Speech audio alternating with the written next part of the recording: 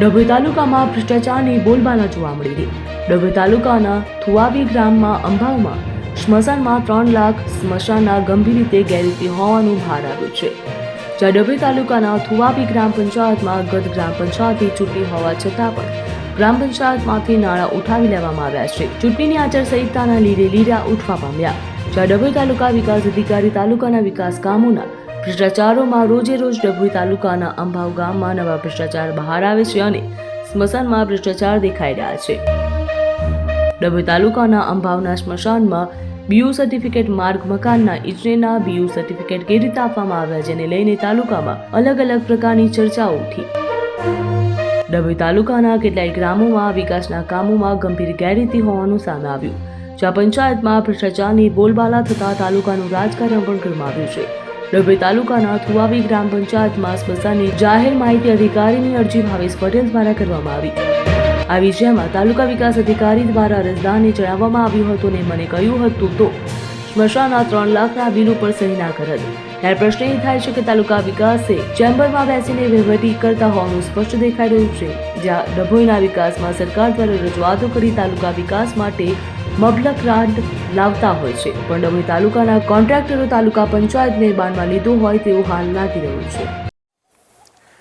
ડભોઈ તાલુકામાં 6ઠ્ઠા મહિનાની અંદર ગ્રામ પંચાયતોનું ઇલેક્શન આવ્યું હતું સરપંચોનું.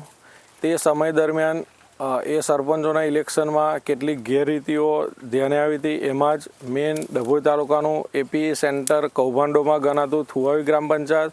થુવાવી ગ્રામ પંચાયતમાં 3 જૂનથી 25 જૂન સુધી જે સરપંચનું ઇલેક્શન હતું. 3 તારીખથી 9 તારીખ સુધી ફોર્મ ભરવાની પ્રક્રિયા હતી. 22 તારીખે મતદાન હતું અને 25 તારીખે ઇલેક્શન હતું. આ સમયગાળા દરમિયાન થુવાવી ગ્રામ પંચાયતના એકાઉન્ટમાંથી 15 લાખની ઉપરાંત રકમ ઉપાડવામાં આવી હતી. જો આચારસંહિતા હોય તો આટલી બધી પૈસા ઉપાડવાની જરૂર ઝડપથી કેમ પડી એ પ્રશ્નો ઊભા થયા હતા.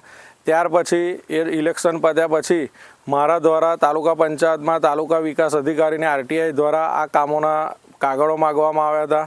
7/7/2025ના રોજ મેં આરટીઆઈ કરી હતી.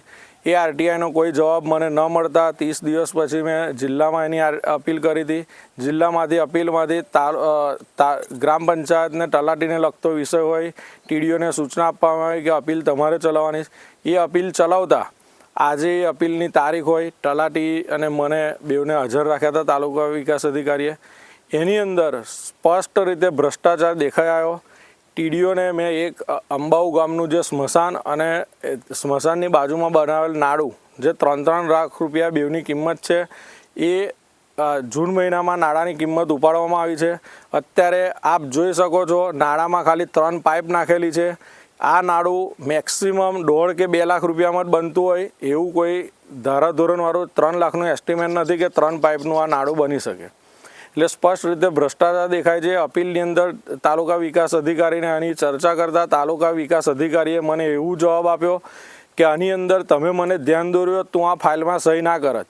તો મેં એમને જવાબ આપ્યો કે શું ખરેખર સરકારે મને નહીં મેલો છે અધિકારી તરીકે આ બધું ચેક કરવા માટે કે તમને પગાર જો સરકાર તાલુકા વિકાસ અધિકારીને આલતી હોય તો અમે તો એક આમ પબ્લિક છે, અમારે દેખરેખ આ બધી રાખવાની નથી હોતી.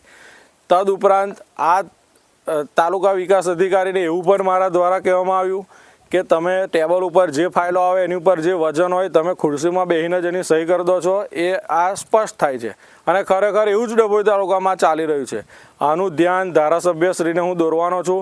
ગુજરાત સરકારમાંથી જે પણ કંઈ ગામડાઓના વિકાસ માટે પૈસા આવી રહ્યા છે ડભોઈ તાલુકામાં અત્યારે આ બહુ મોટો ભ્રષ્ટાચાર થઈ રહ્યો છે કે ટેબલ પર ફાઇલ મૂકો, પૈસા મૂકો અને સહી કરાવી દો. અધિકારીઓ કોઈ સ્થળ પર જોવા નહીં જતા. આ એનું ઉદાહરણ છે. મારી પાસે 2 દિવસમાં તલાટીએ મને કાગળો આપવાનું બાહેધરી આપી છે. 2 દિવસમાં કાગળો આવશે. ફરી હું મીડિયા સમક્ષ એ કાગળો આપીશ અને આનાથી વધારે હજુ બીજો કયો ભ્રષ્ટાચાર છે જ એ હું તમામ એનો જાહેર કરીશ. અને આમાં મારી પાસે પૂરતા કાગળો આવ્યા પછી જિલ્લામાં અને ગાંધીનગર લેવલે હું આની તપાસની માંગ કરવાનો છું.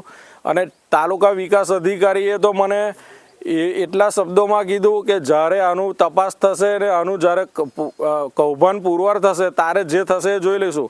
તો શું આવા તાલુકા વિકાસ અધિકારીને આટલો બધો કોનો એમને બેકગ્રાઉન્ડ છે, એ કોના પ્રતાપે આવું બોલી રહ્યા છે? શું અધિકારીઓને કોઈ ધાકત નથી રહી?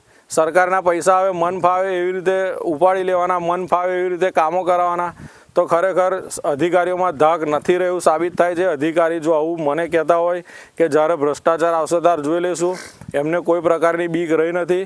અને હજુ 2 દિવસમાં કાગળ આવશે ત્યારે એનું હજુ આગળ આપણે એની માગ કરવાનો છું અને એમાં હજુ વધારે કૌભાંડ આવશે એની હું બાહેધરી આપું છું. અને એ સરકારને હું એક અપીલ કરું છું કે આની ન્યાયિક તપાસ થાય તો ખરેખર કયા અધિકારીઓ કયા કોન્ટ્રાક્ટરોનું કૌભાંડ છે એ ખરેખર બહાર આવી શકે.